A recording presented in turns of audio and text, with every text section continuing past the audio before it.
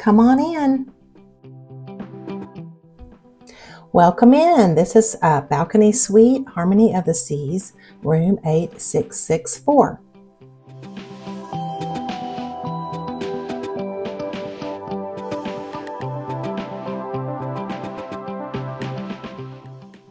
It had a great bathroom with a shower with a glass door, and it had plenty of room for us, and we had no complaints about this bathroom.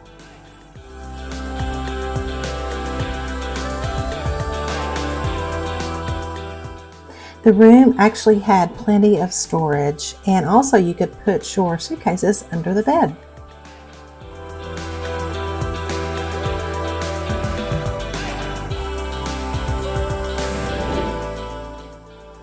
Check out the big TV on the wall. We enjoyed watching college football on it.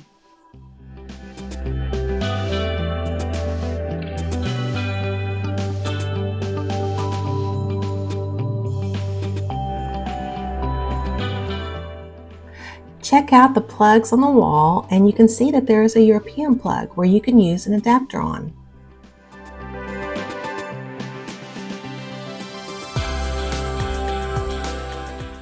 We loved our balcony, and we drank coffee on it every single morning.